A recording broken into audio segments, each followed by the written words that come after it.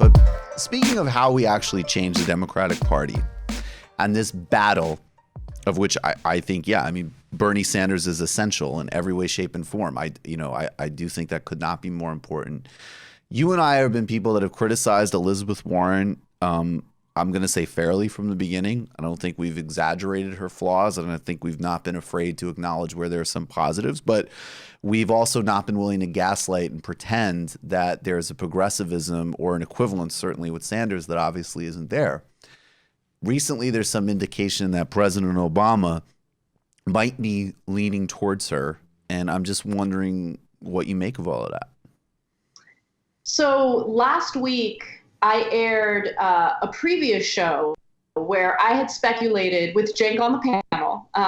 It was just me and Cenk, actually. I said something along the lines of, hey, do you think that Elizabeth Warren is moving closer to the center on policies like Medicare for All because Obama is like working with her behind the scenes, and maybe Obama is thinking of endorsing her, and so she knew that she'd have to, there's like always these deals being made, especially when it comes to endorsements. And Cenk was like, I don't know. I mean, that's speculation. And then literally the next day, there was a news story about how it appeared as though, definitely like 200 former Obama administration officials had endorsed Elizabeth Warren. And so I played like the previous show on, that day's program. And I was like, told you. Because here's the thing. How do you all of a sudden go from, I'm a strong fighter for Medicare for All, and then a few weeks later, you come out with this weak sauce plan indicating that your transition would consist of like 3 policies. Right. And so no one buys for a second that anyone is able to or willing to fight for a full Medicare for All system in their 3rd year of their first term when they're seeking re-election. It's so ridiculous. So it's obvious to me that she's making a political calculation right now. Obama has been speaking to a number of wealthy donors, and he's been encouraging them to support Warren, even though she's not taking money from big donors at the moment. But I just think that she's made a calculation. Obama is still very popular in terms of the Democratic voters, so maybe she thinks getting his endorsement is going to help her out. But here's the thing. She started slipping in the polls as soon as she put out her transition plan for Medicare for All. So when she started moving away from progressivism, she started losing support among voters. So I think that she has overestimated the importance of Obama's support. So we'll see. Yeah, I think you're totally right. And for everybody watching, I'm sure people are really savvy. So they already, look, all love to Cenk, but they're going to trust their gut and go with you anytime there's a disagreement between you and Cenk. That's obviously the right way. And to give, by the way, I want to say one thing about— I'm just playing, Anna. No, to give him a credit, okay? Yes. Because the biggest issue with Cenk, and maybe this doesn't speak well of me, he seems to always give people the benefit of the doubt. He's very trusting. He seems to see the good nature in people more than anything. Right. I'm the opposite. I'm very skeptical. It takes a lot for me to really buy it. Right. Totally. Yeah, but now after she put out her transition plan, he's like, this is a disaster. So it's objectively a disaster. The serious points I wanted to make about this are kind of twofold. One is I think another reason that she's slipping in the polls is that on a political level, somebody that is so she does well when there was a couple of months where the press was literally they were on the sidelines handing her the bottled water while she ran, in the marathon, right? Every article was, oh my God, the plans, oh my God, there's plans. And then as soon as there was even a drip of a little bit of, tougher coverage, she put out this ludicrous Rube Goldberg thing, right? And also going back to the Native American stuff, she opened her campaign with taking a DNA test that was a pure capitulation to Donald Trump being an asshole.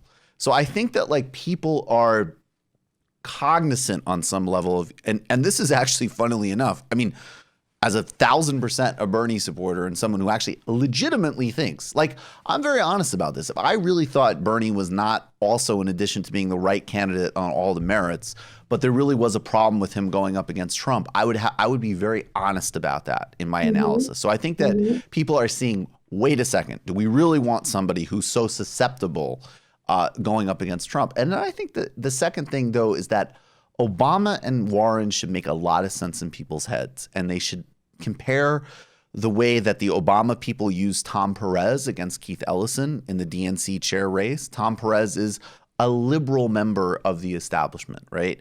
He's someone that they could say, look, he is a bit more progressive. He is a little bit more open, but he's totally of the system at the end of the day.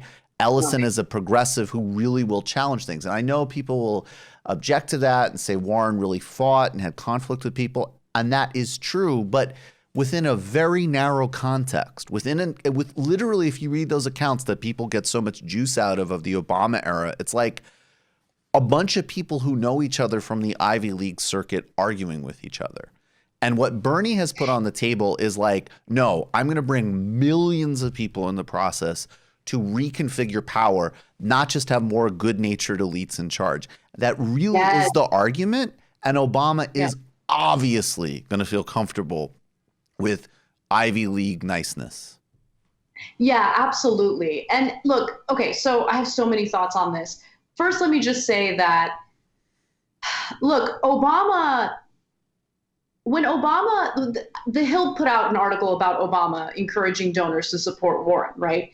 And for some reason, as I was reading that piece, I kept thinking about that interview that you shared with me where Lula was talking about, it was a recent interview. He was talking about how he was trying to get Brazil off its dependency on like U.S. currency. I don't remember the exact context, but he talked about the person who fought him the hardest on that was actually Obama. And he said he had an easier time working with George W. Bush than Barack Obama when it came to some of the more progressive things that he wanted to accomplish for his own people. And I thought that was so fascinating.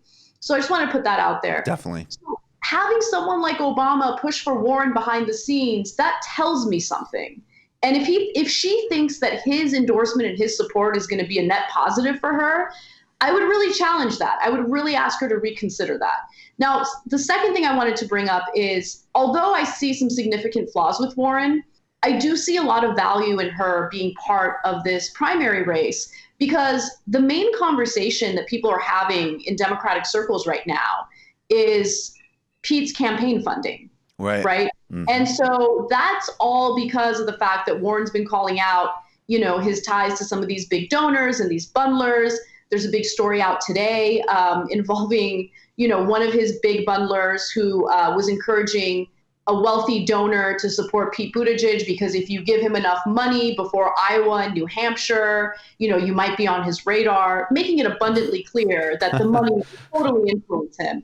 And so I think it's important to have a voice like Warren because she does tackle corruption a little better than Bernie does. Bernie, of course, is against corruption. He's against money in politics, but he's not as hyper-focused on that messaging for good reason. I think that his messaging on healthcare is incredibly important, and I like that he's sticking to it and he's not budging on that at all. I think that we need to defeat the Buttigiegs of the world, the Bidens of the world. I want it to get down to Bernie and Warren, and then we're in a good place. And hopefully, Bernie wins that nomination, because I agree with you. I think he's the only one who stands a chance against Trump. And that's not because Trump is some genius. It's because Trump is a ruthless monster. And so he's going to hit below the belt. He's going to hit hard. And I just don't think that any other candidate is going to know how to deal with it the way that Bernie does. Bernie has a certain type of swagger that I don't think he gets enough credit for. I think you're right. Yeah, he just brushes off the nonsense and he cracks a joke and he moves on to important messaging. We've had this joke, Matt and I, where it's like Trump's like crazy Bernie and Bernie's just like, yeah, Mr. Mental Health over here. Anyway, the top 10 of the top 1 of the top da-da-da-da-da.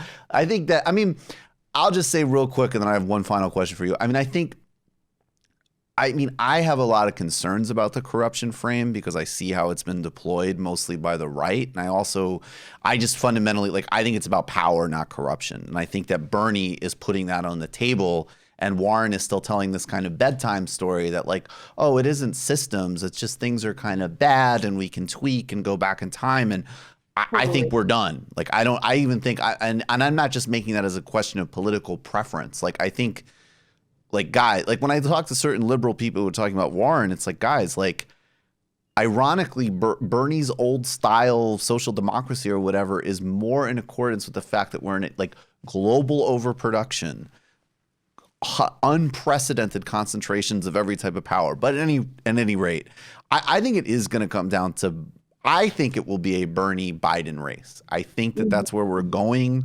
I've always sort of thought that from the beginning. And I guess my question to you, and first of all, do you agree or disagree with that? But secondly, as a final question, what do you make of the fact, and are you scared or optimistic that Bernie has been doing so well that the media has, like, I saw Nate Silver of all people say last week, like, oh yeah, he's positioned to win, after months of just relentless, like, yeah, no, he could take it. You know, not like saying he will, but all of a sudden after, you know what I'm saying? What do you make of where we're at now? Yeah. Well, okay, so just going back to what you said about Warren and corruption, I think you're absolutely right. And remember, Warren might not be raising, money from big donors or bundlers for her own campaign, but she's certainly still doing so for the Democratic Party. And if Buttigieg's campaign was smart enough, they would tackle that. Right. And they haven't. So you can't say that you're genuine or sincere about getting money out of politics if you're helping the Democratic Party raise money from the same people that you've sworn off. To your Bernie question, I don't trust anyone in the mainstream media, especially after seeing what they're willing to do to smear people and destroy people's lives if they are progressive and they are maybe running for Congress in California's 25th district. So I don't trust the Nate Silvers of the world. I don't trust, the judgment by the editors of the New York Times anymore. I would be very skeptical, and anyone who tries to position themselves as warming up to Bernie after they've been brutal to him should be met with skepticism. 100%. I love it. I love your skepticism, Anna. I'm totally here for it. Thank you.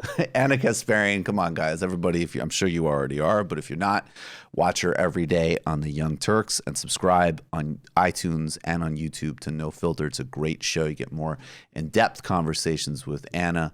Anna Kasparian, thank you so much for all you do with TMBS. Lots more in the new year. Thank you so much, Michael. Happy holidays. You just watched a Michael Brooks Show video. Subscribe to get them all. Why wouldn't you? Don't be foolish. Click subscribe below and become a patron as well. Patreon.com/TMBS. Thanks, everybody.